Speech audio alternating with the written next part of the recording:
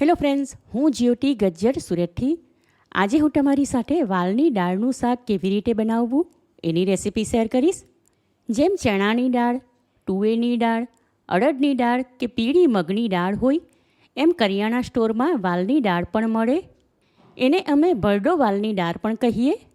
આ દાળ હમણાં કેરીની સિઝનમાં આવતા લગ્ન પ્રસંગોમાં રસપૂરી સાથે ખાવા માટે ખાસ બનાવવામાં આવે.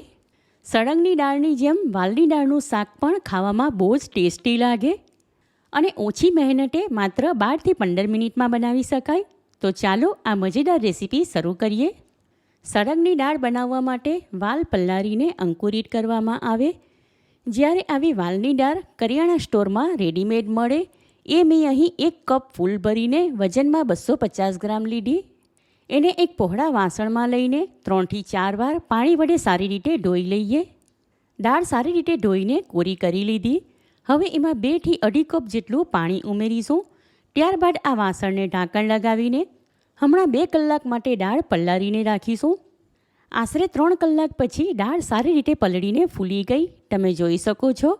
હવે એનું શાક બનાવવા માટે પાણીમાંથી નિતારીને આ ચાળણીમાં કાઢી લઈએ. શાકમાં નાખવા માટે મેં અહીં જેટલી 1 કપ ભરીને દાળ પલાળી હતી એટલા જ 1 કપ ભરીને ઝીણા કાપેલા કાંદા લીધા. હવે આગળના સ્ટેપમાં શાક બનાવવા માટે એક ફ્રાયપેન લઈને સ્ટવ ઉપર ગરમ કરવા મૂકીશું. ત્યાં ગેસ ફ્લેમ લો ટુ મીડિયમની વચ્ચે રાખીને ફ્રાયપેનમાં 3 ટેબલસ્પૂન જેટલું તેલ નાખીશું. તેલ ગરમ થાય એટલે એમાં અડધી ટીસ્પૂન રાઈ ઉમેરીને ફ્રાયપેનને ઢાંકણ લગાવીશું. રાઈ ચટકી જાય ત્યાર પછી ફ્રાયપેન ઉપરથી ઢાંકણ હટાવી દઈએ.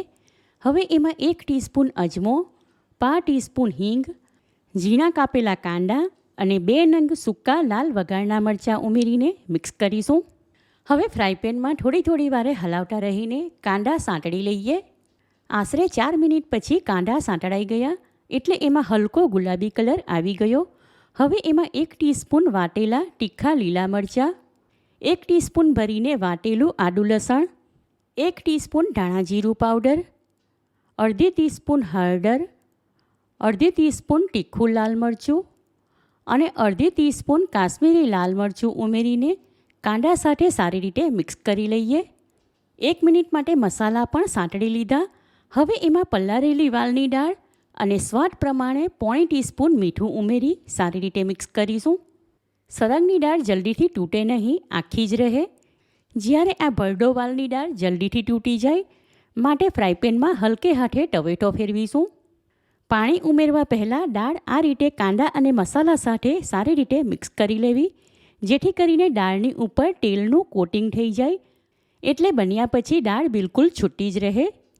હવે જેટલી દાળ લીધી હતી એટલું જ 1 કપ ભરીને આમાં પાણી ઉમેરીશું.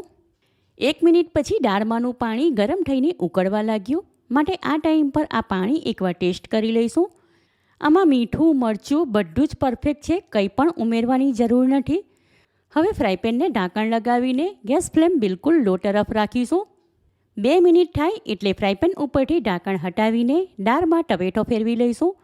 સાથે એમાં પાણીનું પ્રમાણ અને દાળ પણ ચેક કરી લઈશું. હજુ દાળ કાચી છે માટે ઢાંકીને થવા દઈશું.